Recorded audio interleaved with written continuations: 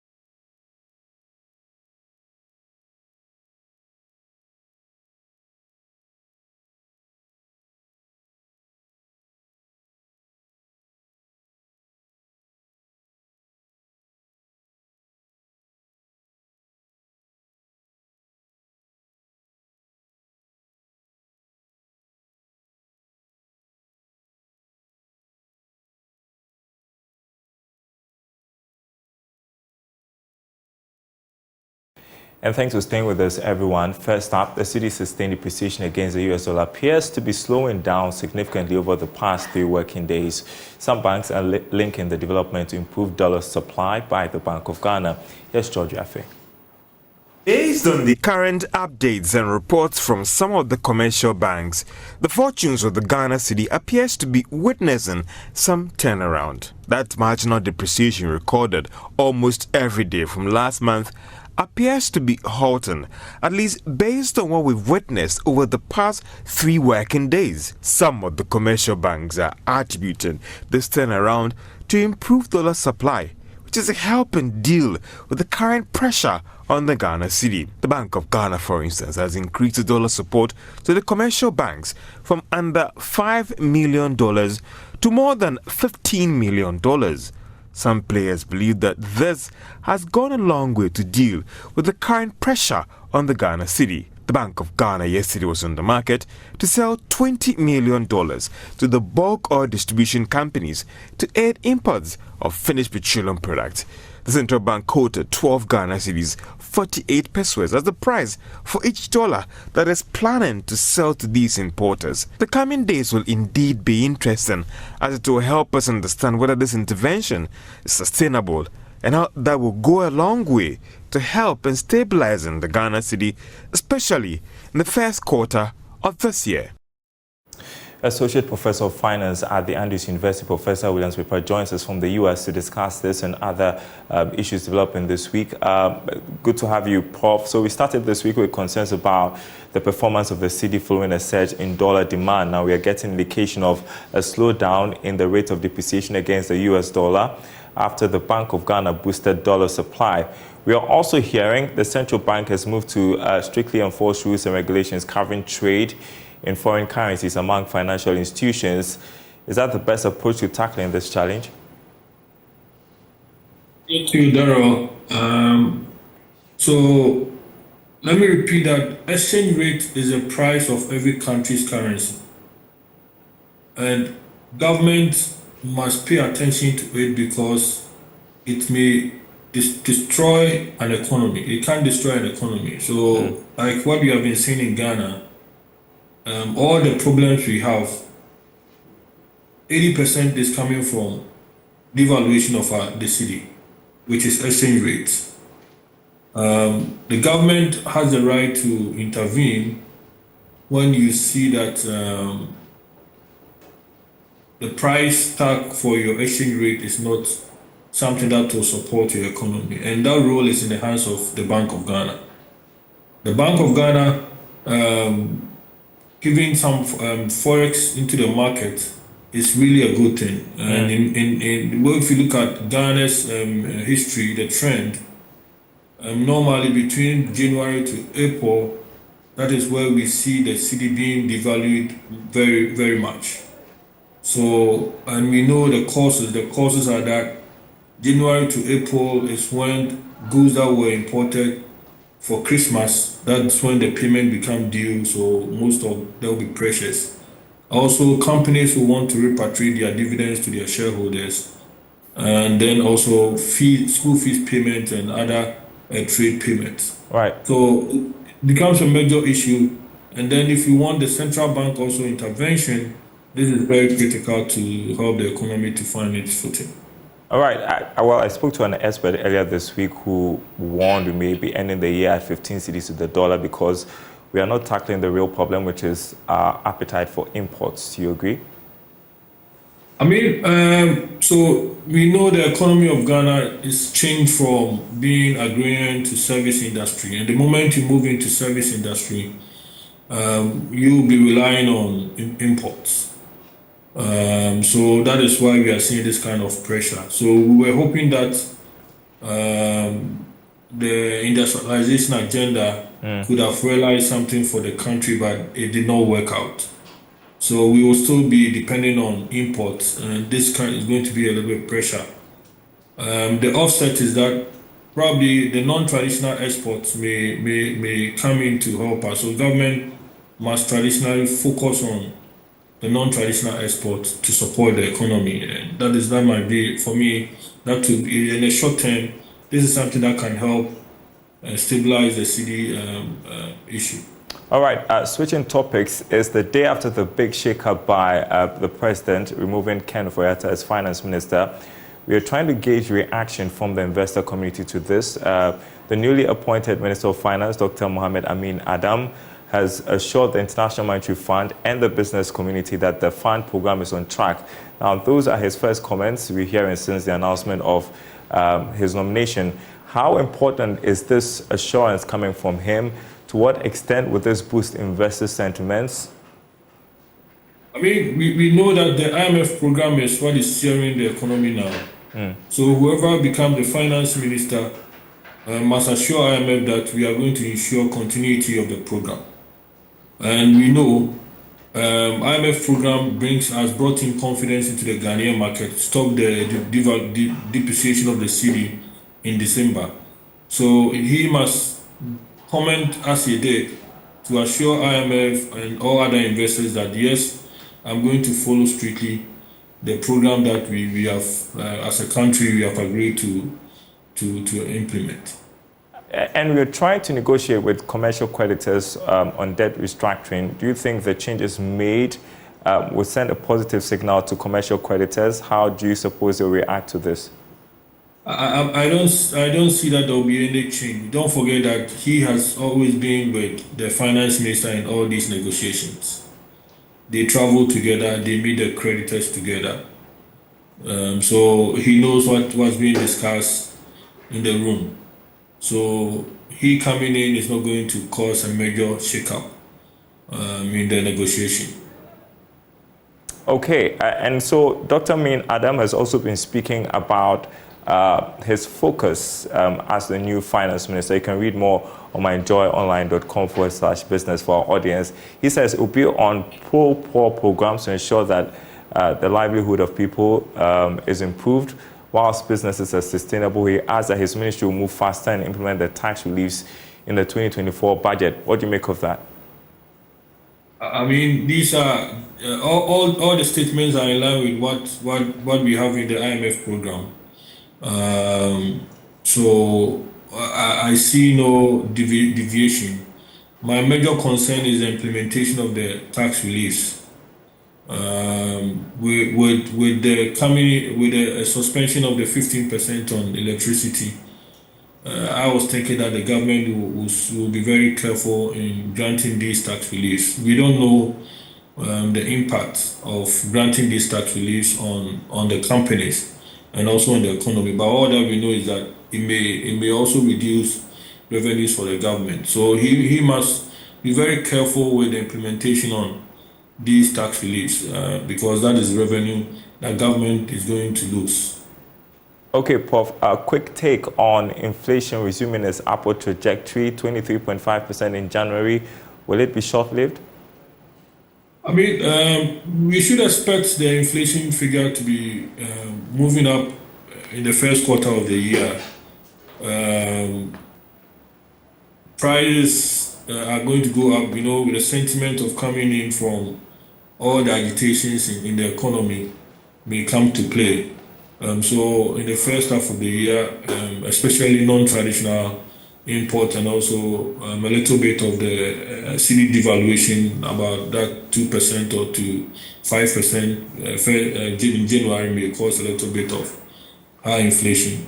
So from now up to March, we may see a slight upward continuous increase in inflation figure, but it may come down somewhere after the first quarter.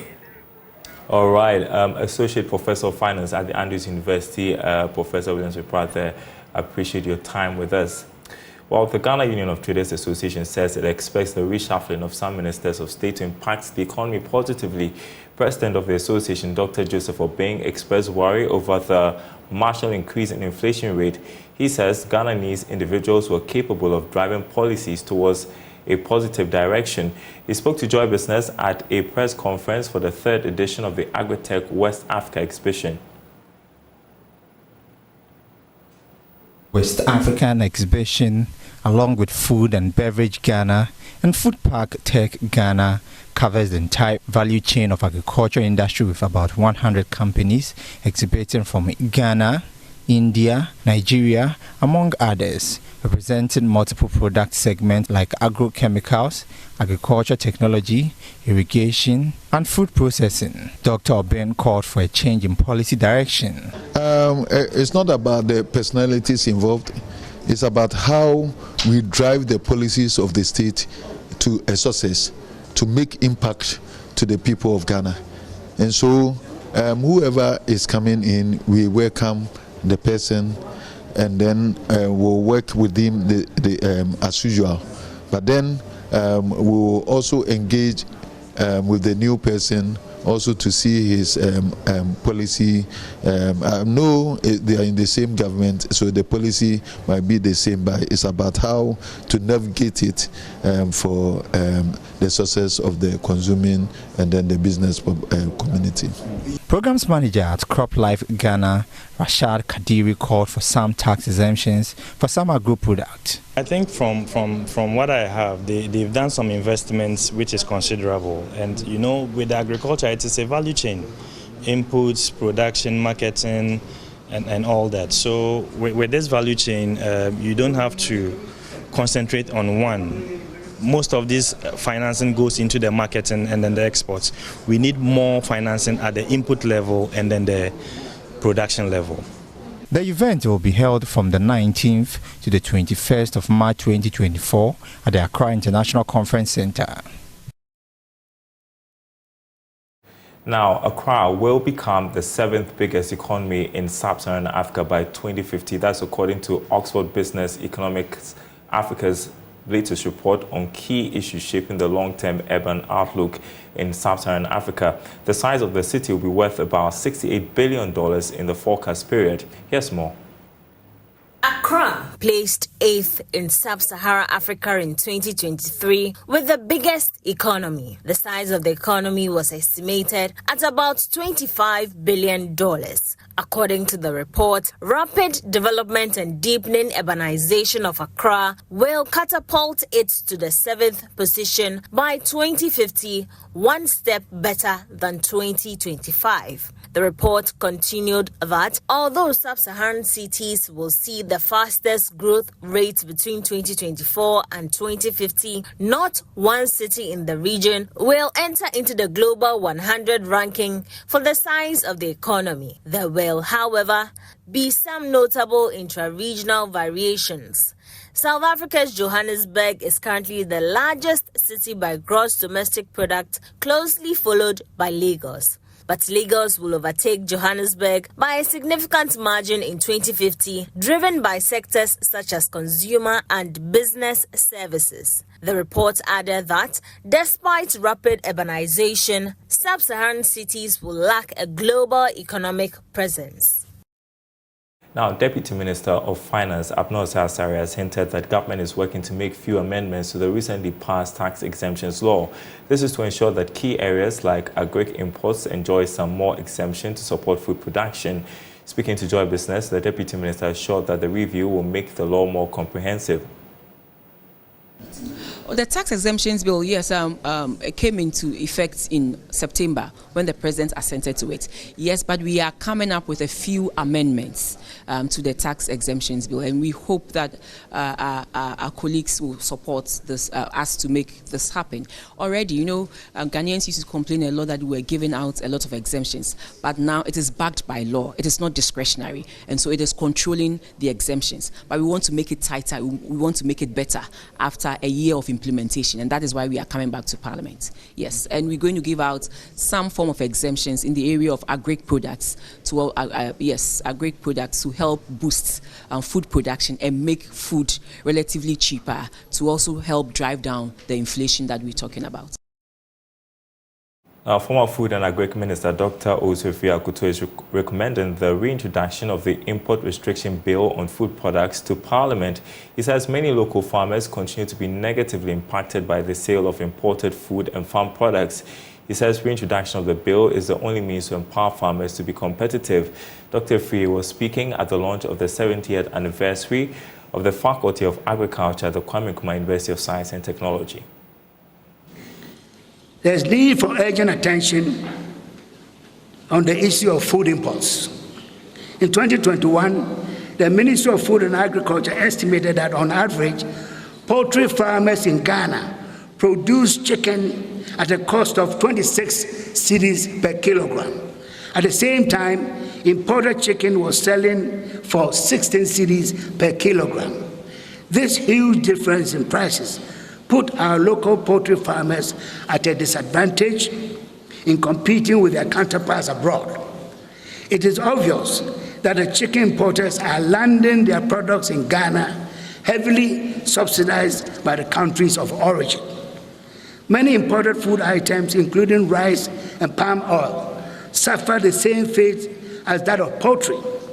It is therefore unfortunate that last December 2023, the Minister of Trade and Industry could not lay a legislative instrument in Parliament to restrict the import of 22 selected food items.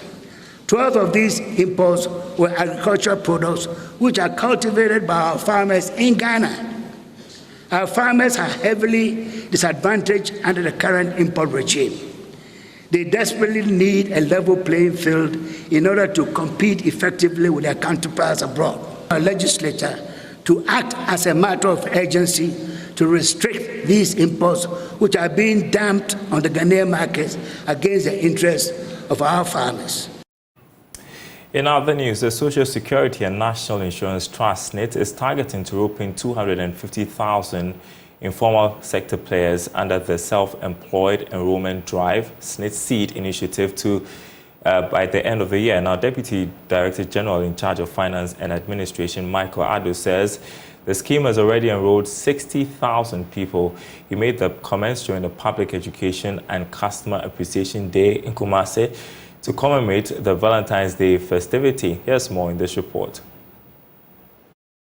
Race course and KGTM markets were engaged on the benefits of pensions and the need to enroll onto the SSNIT seed. They were encouraged to enroll to be able to fall on their pensions when they no longer can work. Michael Ado is Deputy Director General in charge of Finance and Administration at SSNIT. Today's program essentially is to appreciate them. Is to appreciate our clients and customers. They are our clients and customers. They are the reason why we open our doors. Honestly, it's for workers and pensioners. And today we are out here appreciating them. We've raised about 60,000 now. I've joined, and we're targeting about 250, a little over 250,000 by the close of the year. The most important, listen, the informal sector is what drives our economy.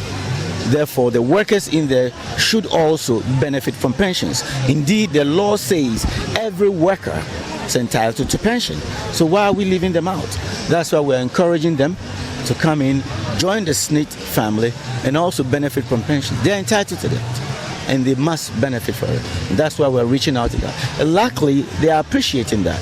They are understanding that, and they are joining. And we want to send the message out. We'd like more of them to join the SSNIT family so that in the future they will benefit from SSNIT, what SSNIT offers. CEO of the Grace Coat store at Racecourse Market, Catherine Ejewa, said she saved 500 Ghana cedis every month on her SSNIT seed and is willing to increase it to 1,000 Ghana cedis. I paid 500 cedis every month and I want to increase it. Some traders enrolled onto the scheme expressed gratitude to SSNIT and entreated their colleagues in the market to take advantage of the scheme to secure their future. We have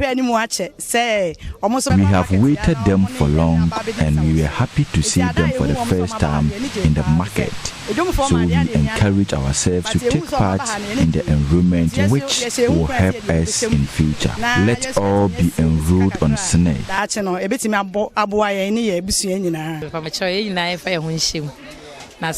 We might not see the benefit today, but it will help us in the future. Joseph Obin's report read to you. Now, as part of his corporate social responsibility to contribute to the social and general well-being of the public, MTN Ghana has organized a blood donation exercise to support the National Blood Bank. Here's more. MTN Ghana organized a blood donation exercise as part of its Save the Life project to drive participation in the contribution of citizens to donate blood to the National Blood Bank. MTN Ghana, through this project, has donated 26,000 units of blood to the National Blood Bank since 2011. Speaking on Interview Joy Business, Chief Corporate Services and Sustainability Officer of MTN, Ajua Ifriye said, the exercise is a way of giving back to society. We have been doing this since 2011 on every Valentine's Day as a way of giving back to society. Today is a day to give, and for us, giving life is one of the most important things that anybody can do, one of the most important gifts that anybody can give to another person. So that is what we are doing today, mobilizing our employees to donate and also the general public across the country. So we are in all 16 regions, in 38 locations across the country, mobilizing for blood donation. So far, we've done 26,000 units. Last year, we did 6,440 units. This year, our target is to get 7,000 units. And so we are hoping that with the support of our volunteers and our MTNs, we'll be able to meet our target. A medical officer at the National Blood Service, Dr. Steve Pensel, underscored the need for people to donate blood to increase the low figures recorded at the National Blood Bank to help save lives. The recovery from COVID has been challenging, but has seen a steady rise to about 28.6% of voluntary donations, up from the low 17% during COVID. The contribution of the partnership in getting this far from COVID cannot be overemphasized. Blood transfusion is an indispensable component of healthcare delivery, and it contributes to saving thousands of lives each year.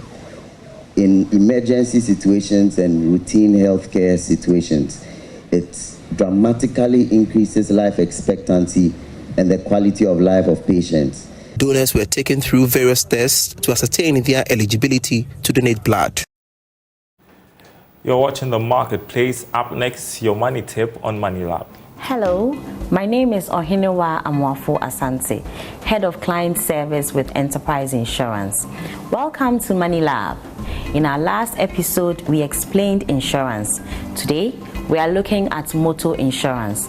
Motor insurance in Ghana is one of the compulsory insurances under the non-life space.